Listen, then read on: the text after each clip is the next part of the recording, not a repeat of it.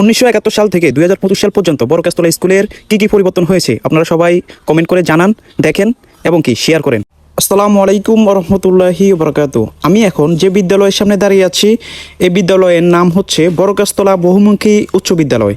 এই স্কুল থেকে আমি 2019 সালে এসএসসি পরীক্ষা দিয়ে বের হয়েছি। এই স্কুলটি প্রতিষ্ঠিত হয় 1971 সালে। আজকে আমি আপনাদেরকে দেখাবো 1971 সাল থেকে 2025 সাল পর্যন্ত এই স্কুলের কি পরিবর্তন হয়েছে ইনশাল্লাহ।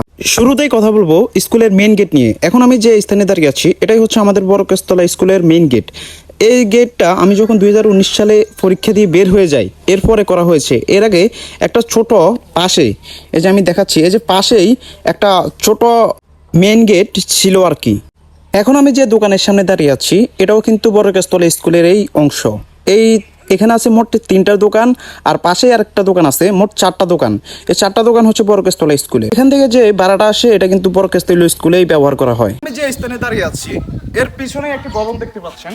আমরা যখন 2019 সালের এসএসসি পরীক্ষা দিয়ে বের হই তখন শুধু এই নিচতলা মানে একতলা ভবন ছিল, কিন্তু আমরা যখন বের হয়ে যাই তখন এটা আরো 2 তলা, মোট এখন 3 তলা হয়েছে।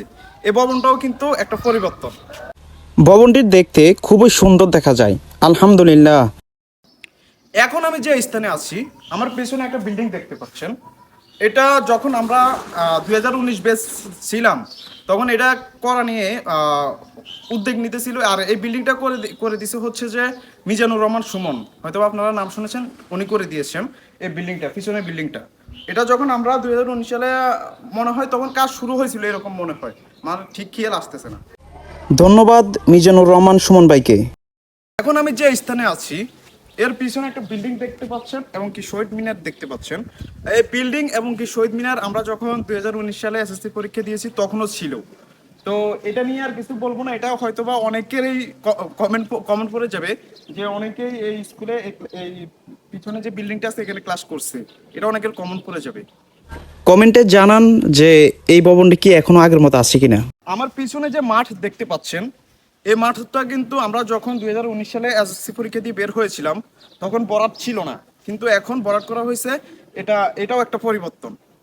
মাশাআল্লাহ, এখন মাঠ দেখতে অনেক সুন্দর দেখা যায়। এখন আমরা যে জায়গায় আছি এর পিছনে ঠিক এই জায়গায় একটা টিনের ঘর ছিল, যেটাকে আমরা হল রুম হিসেবে ব্যবহার করতাম।